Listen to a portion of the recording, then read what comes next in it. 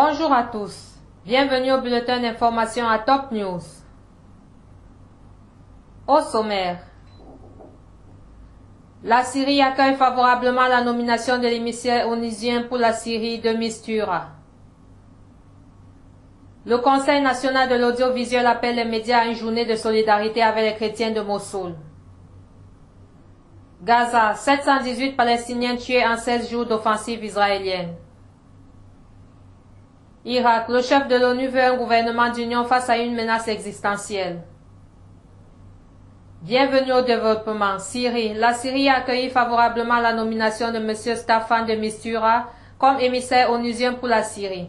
Dans un message adressé hier au secrétaire général de l'ONU, Ban Ki-moon, le ministère des Affaires étrangères et des expatriés a émis l'espoir que la ligne de Mistura se basera sur l'objectivité, la loi internationale et les principes de la Charte des Nations Unies, dont en premier lieu le respect de la souveraineté nationale et de la volonté du peuple syrien, et la non-intervention dans les affaires intérieures de la Syrie.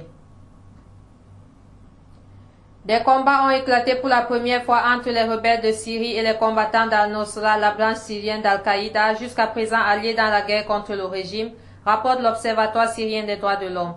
Ces affrontements inédits rendent encore plus complexe le conflit syrien dans lequel s'affrontent rebelles et régimes, mais aussi rebelles et djihadistes ultra-radicaux de l'État islamique. 3 civils ont été blessés aujourd'hui par l'explosion d'un engin planté par des terroristes dans la rue de Wadé à Kalmytl. Selon l'agence officielle Sana, l'explosion a causé aussi des dégâts matériels dans les voitures parquées.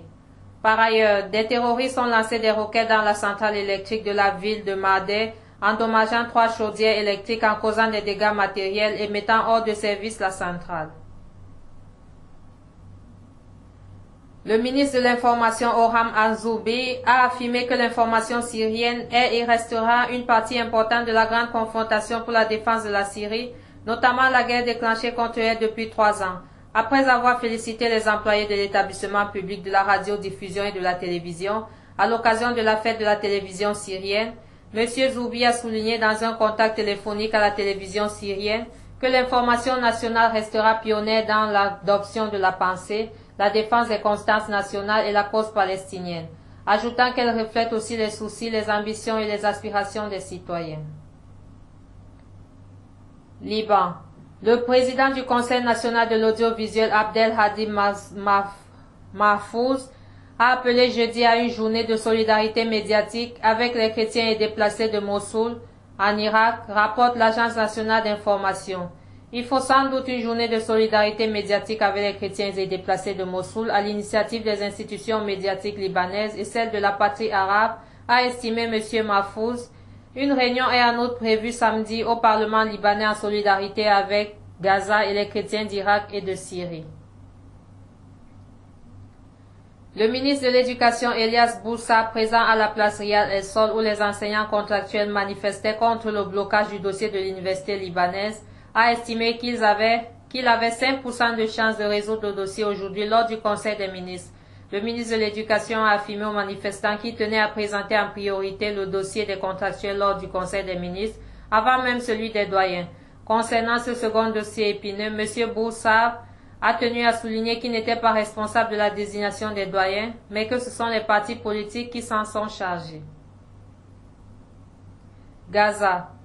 Plus de 89 Palestiniens ont été tués mercredi et dans la nuit au 16e jour de l'offensive militaire israélienne contre Gaza, portant à au moins 718 le bilan total des victimes palestiniennes, dont une majorité de civils selon les services de secours locaux.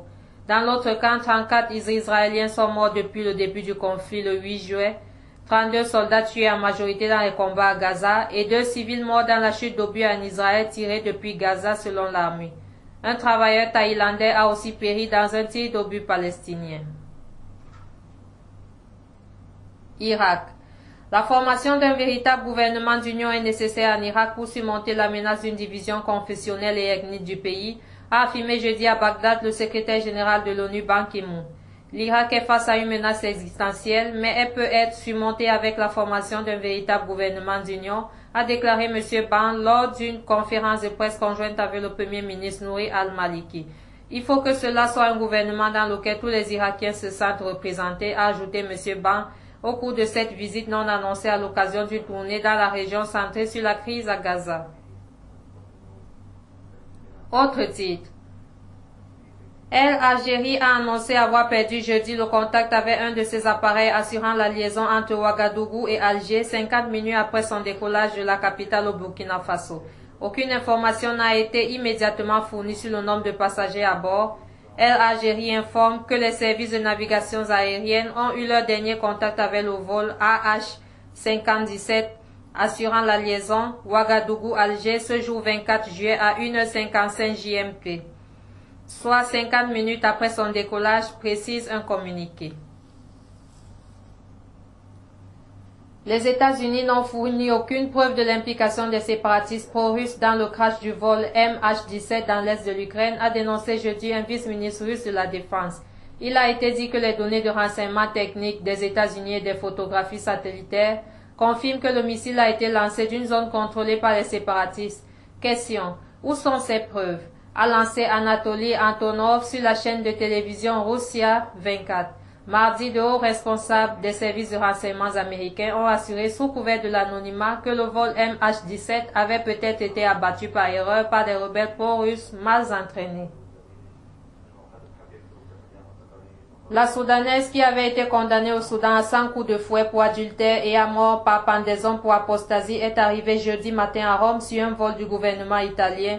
Myriam Yahya Ibrahim Ishaq, qui a atterri peu après à 9h30, 7h30 JMT, à l'aéroport militaire de Roma, Ciampino, était accompagnée de sa famille ainsi que du vice-ministre italien des Affaires étrangères, Lapo Pistelli.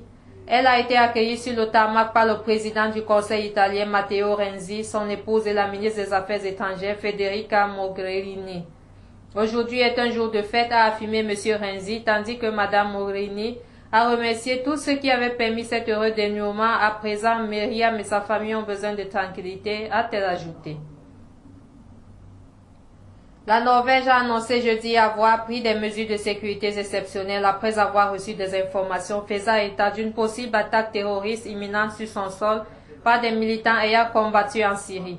Le service de renseignement intérieur a reçu récemment des informations selon lesquelles un groupe d'extrémistes de Syrie pourrait avoir l'intention de commettre un acte terroriste en Norvège, a déclaré le PST Benedikt Bjørnland en précisant que cela pourrait être une question de jours.